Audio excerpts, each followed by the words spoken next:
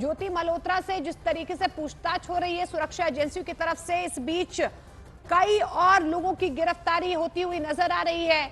और ऐसे में आपको बता दें कि गुरदासपुर से भी गिरफ्तारियां हुई हैं। सुखप्रीत सिंह पंजाब से गिरफ्तार हुए हैं। इस बीच करणवीर सिंह भी पंजाब के गुरदासपुर से, इनकी भी गिरफ्तारी हुई है। तो लगातार इस पूरे मामले में ज्योति मल्होत्रा से पूछताछ जारी है। कई राज खंगाले जा रहे हैं। कैसे ज्योति पाक हाई कमीशन के संपर्क में आई, कहां पर वो गई, कौन कौन सी डिटेल्स जो है इससे साझा की है, इसको लेकर लगातार जो है जांच एजेंसियों की तरफ से एक लंबी फहरिस्त है सवालों की, और इन्हीं सवालों के जवाब तलाशने की कोशिश की जा रही है। कई जगह जो है छापेमारी चल रही है। और इस बीच बड़ी खबर आपको बता दें कि कुछ और लोगों की भी गिरफ्तारी इस पूरे मामले में हो चुकी है। सुखप्रीत सिंह पंजाब के गुरदासपुर से इन्हें गिरफ्तार किया गया है, तो वहीं करणवीर सिंह को भी गिरफ्तार किया गया है। ओपी हमारे सहयोगी फोनलाइन के जरिए हमारे साथ जुड़ रहे हैं। ओपी, अभी फिलहाल क्या ताजा डिटेल्स मिल पा रहे हैं इस पूरे मामले को लेकर? देखिए मोनिका, मैं आपको बता दूं कि लगातार यूट्यूबर ज्योति मल्होत्रा से पूछताछ जारी है और उन अहम सवालों के बारे में पूछताछ की जा रही है जो एक बड़ी कॉन्स्पिरेसी की तरफ इशारा कर रहे हैं। उससे जानने की कोशिश की जा रही है कि आखिर जो उसने विदेशी यात्राएं की उनका खर्च किसने उठाया, क्योंकि बहुत बड़ी रकम होती है। उसने एक नहीं अनेक देशों की यात्राएं की हैं। दूसरा सबसे बड़ा अहम सवाल है कि उसके ग्रुप में और कौन कौन शामिल था, क्योंकि ये पता लग रहा है कि कुछ और लोगों को भी लेकर वो पाकिस्तानी उच्चायोग गई थी।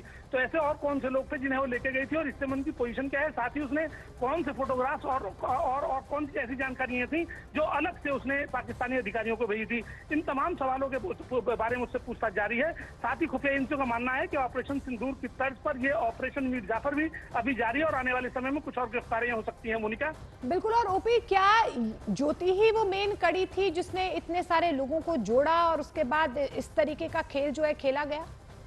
देखिए, ज्योति इसमें एक अहम कड़ी थी।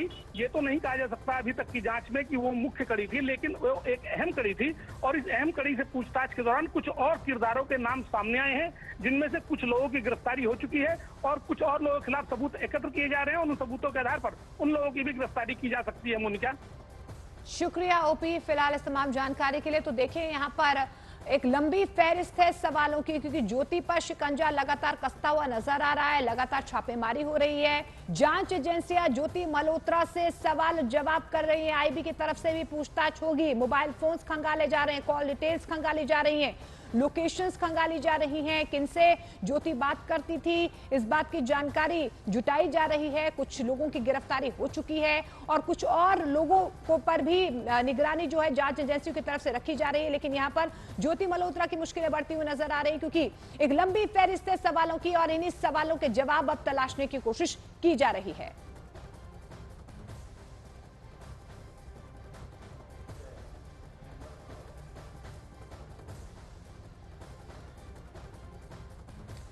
और पंजाब और हरियाणा में जासूसी नेटवर्क का भंडाफोड़ हुआ है। पंजाब और हरियाणा से अब तक 14 पाकिस्तानी जासूसों को गिरफ्तार किया जा चुका है। हरियाणा से 6 और पंजाब से 8 पकड़े गए हैं। जासूसों पर पाकिस्तान की खुफिया एजेंसियों के इशारों पर जासूसी का आरोप लगा है। वहीं गिरफ्तार सभी जासूस आईएसआई एजेंट दानिश के संपर्क में थे। तो बड़ी खबर आपको बता दें, पंजाब और हरियाणा में जासूसों के नेटवर्क का ये बहुत बड़ा भंडाफोड़ हुआ है। लगातार शिकंजा कसा जा रहा है। पंजाब और हरियाणा से अब तक 14 पाकिस्तानी जासूसों को गिरफ्तार किया जा चुका है। हरियाणा से 6 और पंजाब से 8 जासूस पकड़े गए हैं। पाकिस्तान की खुफिया एजेंसी को ये इंफॉर्मेशन शेयर करते थे, उन्हीं के इशारों पर जासूसी का काम करते थे। वहीं गिरफ्तार सभी जासूस आईएसआई एजेंट दानिश के संपर्क में थे। जिस तरीके से ज्योति मल्होत्रा भी सीधे तौर पर दानिश के संपर्क में थी, दावा तो यही किया जा रहा है। सूत्रों के हवाले से ये खबर है कि दानिश की वजह से ही वो पाकिस्तान गई थी। उसे बाकायदा एक ट्रेनिंग दी गई थी कि किस तरीके से कैमरे को इस्तेमाल करना है, किन किन लोकेशंस की इंफॉर्मेशन किस तरीके से दिखानी है। ये तमाम बातें जो है ज्योति को पहले उसे ट्रेन किया गया था, बताया गया था। लेकिन पंजाब हरियाणा से भी इसके तार जुड़ते हुए नजर आ रहे हैं। 14 लोगों की गिरफ्तारी वहां से भी हुई है और साफ तौर पर यह दावा किया जा रहा है कि ये सभी जो हैं आईएसआई एजेंट दानिश के संपर्क में थे। और ऐसे में अब ये पूरा मामला जो है और ज्यादा बढ़ता हुआ नजर आ रहा है।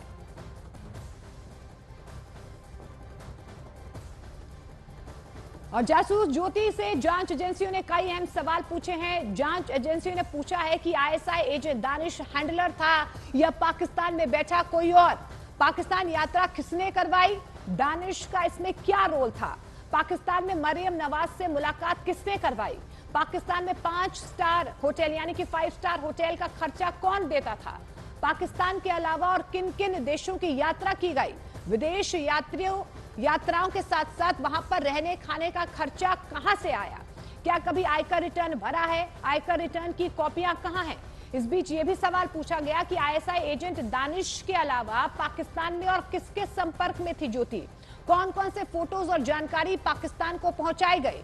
पहलगाम अटैक से पहले कश्मीर यात्रा मात्र एक संयोग था या किसी के कहने पर वो कश्मीर गई थी? फिलहाल कितने पासपोर्ट और आईडी कार्ड हैं, ये सवाल भी पूछे जा रहे हैं। लेकिन लगता है कि पाकिस्तान अब सिर्फ जासूसों के भरोसे रह गया है। तभी तो देश के अलग अलग हिस्सों में रोज जासूस पकड़े जा रहे हैं। जासूसी के आरोप में गिरफ्तार ज्योति मल्होत्रा को लेकर रोज नए खुलासे हो रहे हैं और ऐसे में खुफिया एजेंसियों ने यह दावा किया है कि पाकिस्तान की यात्रा के दौरान ज्योति को वीडियो बनाने की ट्रेनिंग दी गई थी। वीडियो में क्या दिखाना है यह भी ज्योति को बताया गया था। ज्योति ने देश के अलग अलग हिस्सों में कई संवेदनशील इलाकों के वीडियो बनाए हैं। ज्योति 4 महीने में 30 से ज्यादा शहरों में गई और हर जगह उसने वीडियो बनाए।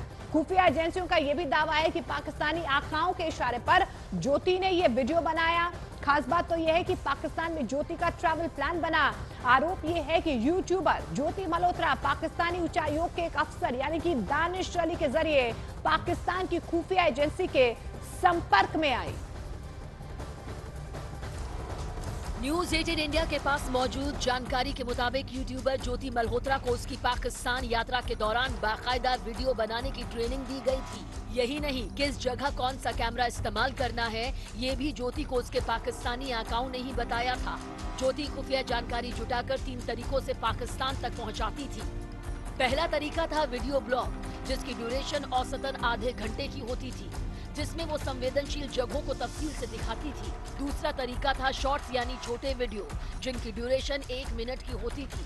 तीसरा तरीका था लाइव चैट, जिसमें ज्योति के पाकिस्तानी फैंस उससे लोकेशन के बारे में लाइव सवाल पूछते थे।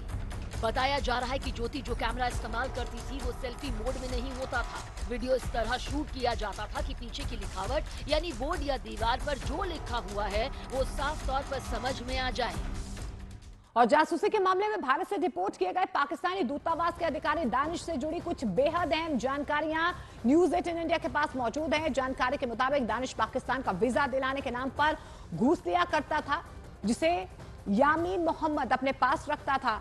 इसी पैसों में से 20,000 रुपए जासूसी के आरोप में गिरफ्तार गजाला को भी दिए गए थे। न्यूज 18 इंडिया के पास गजाला और यामीन मोहम्मद के पासपोर्ट की एक्सक्लूसिव डिटेल्स भी मौजूद हैं, जो हम आपको टेलीविजन स्क्रीन पर दिखा भी रहे हैं। गजाला के पासपोर्ट पर पाकिस्तान का वीजा भी साफ तौर पर नजर आ रहा है। न्यूज 18 इंडिया के पास पाकिस्तान हाई कमीशन के दानिश का मोबाइल नंबर भी मौजूद है। इस नंबर की आखिरी 4 डिजिट 8939 है और ये नंबर पाकिस्तान हाई कमीशन के नाम पर रजिस्टर्ड है। तो पिछले 4 से 5 महीने में ही ज्योति मल्होत्रा ने 30 से ज्यादा भारतीय शहरों की यात्रा की थी, जहां पर उसने सबसे संवेदनशील इलाकों के वीडियो बनाकर सोशल मीडिया में पोस्ट किए थे। अब सुरक्षा एजेंसियां इन सभी वीडियोस की जांच कर रही हैं। खुफिया एजेंसी के सूत्रों के मुताबिक ज्योति को पाकिस्तान में जो वीडियो बनाने की ट्रेनिंग दी गई थी, उसमें उसे ये तक बताया गया था कि उसे कब कौन सा कैमरा इस्तेमाल करना है और कितनी देर में उसको ज्यादा से ज्यादा तस्वीरें लेनी हैं। ज्योति की बनाई हुई वीडियोस का आंकलन करने के बाद खुफिया एजेंसी को कुछ और अहम जानकारियां भी मिली हैं। ज्योति के पाकिस्तान में बनाए गए वीडियो की लंबाई कम थी, जबकि भारत में बनाए गए वीडियो की लंबाई बहुत ज्यादा होती थी। आमतौर पर यूट्यूबर या ट्रैवल ब्लॉगर इतने कम समय में इतना ट्रैवल नहीं कर पाते, लेकिन खुफिया एजेंसी के मुताबिक ज्योति की भारतीय शहरों में विजिट बाकायदा एक टाइम टेबल के तहत होती थी, जिसको उसके आका तैयार करते थे। ऐसा नहीं था कि ज्योति कहीं भी जाकर कुछ भी शूट कर लेती थी। उसको एक पूरा खाका दिया जाता था कि कहां जाके किस भाषा में उसको किस लोकेशन को दिखाना है, और वो करती वैसे भी। और जैसे ही उसका वीडियो अपलोड होता, बहुत ही डिटेल में इन सारी चीजों की जानकारी वह अपने व्यूअर्स के सामने रखती। और ज्योति अपने वीडियोस में संवेदनशील इलाकों की जानकारी बेहद शाती तरीके से डाल देती थी, जिससे पाकिस्तान में बैठे उसके आका आसानी से भारत के बारे में अहम इंफॉर्मेशन हासिल कर लेते थे। 4 महीने, 10 प्रदेश और 30 से ज्यादा शहरों की यात्रा। खुफिया एजेंसी की रिपोर्ट के मुताबिक यूट्यूबर ज्योति मल्होत्रा पहलगाम हमले से पहले लगातार देश भर के कई संवेदनशील इलाकों में जाकर वीडियोस बना रही थी। पिछले 4-5 महीनों में ज्योति नागालैंड, गुवाहाटी, बनारस, प्रयागराज, कुंभ, कश्मीर, केरल, बिहार और ओडिशा तक जा चुकी थी। अपनी प्रयागराज यात्रा के दौरान उसने दिल्ली से प्रयागराज तक का पूरा रोड रूट दिखाया। महाकुंभ में उसका फोकस वो पुल थे जहां ज्यादा भीड़ रहती थी। बनारस में ज्योति ने अपने वीडियोस में घाटों पर ही सबसे ज्यादा फोकस किया, जबकि बिहार से नागालैंड की यात्रा में वो हर अहम लोकेशंस के बारे में जानकारी देती रही। खुफिया एजेंसियां अब सतर्कता से ज्योति के हर ट्रिप की जानकारी जुटा रही है।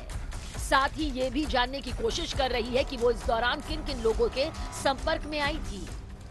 और जासूसी के आरोप में गिरफ्तार गजाला ने जांच एजेंसियों के सामने कुछ अहम खुलासे किए हैं। गजाला के मुताबिक उसके पति की कोविड के दौरान मौत हो गई थी, जिसके बाद से वो अपने रिश्तेदारों के पास लाहौर जाना चाहती थी। वो पहली बार फरवरी में और दूसरी बार मार्च में पाकिस्तान हाई कमीशन गई थी। वहां पर उसकी मुलाकात दानिश से हुई। दानिश ने उसका मोबाइल नंबर लेकर उसे कागजों में गड़बड़ी के नाम पर दोबारा मिलने बुलाया। दानिश ने गजाला से शादी का वादा किया और यामीन से उसके यूपीआई अकाउंट में 20,000 रुपए भी डलवाए। दानिश ने अपने कई खर्चों के लिए गजाला से यूपीआई पेमेंट करवाए। दानिश ने गजाला से पंजाब में भारतीय फौज के बारे में जानकारी जुटाने को कहा था। वहीं हरियाणा के कैदर से गिरफ्तार हुए देवेंद्र सिंह ढिल्लों ने भी जासूसी कांड में जांच एजेंसियों के सामने कई अहम खुलासे किए हैं। ढिल्लों से आपको बता दें, जो पूछताछ हुई है उसके मुताबिक वो करीब 3,000 लोगों के जत्थे के साथ करतारपुर कॉरिडोर गया था। इनमें से करीब 125 लोग हरियाणा से थे। वहां पर उसकी मुलाकात विक्की नाम के आईएसआई एजेंट से हुई। विक्की ने उसकी पूजा पाठ में मदद की। इसके बाद वो लाहौर आ गए, जहां पर विक्की ने उसकी मुलाकात अरसलान नाम के शख्स से करवाई। जिस होटल में ये मुलाकात हुई वहां पर अरसलान की महिला मित्र भी मौजूद थी। उस महिला से ढिल्लों ने नंबर एक्सचेंज किया और उसके साथ शॉपिंग पर भी गया।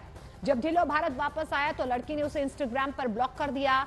विक्की ने ढिल्लों को कॉल करके एक नंबर पर किसी की मदद के लिए 1,500 रुपए ट्रांसफर करने को कहा। ढिल्लों ने विक्की से अपने जानकारों को करतारपुर में दर्शन करवाने को कहा, जिसके बाद विक्की ने दिल्ली से एक भारतीय से मुहैया करवाने के लिए कहा।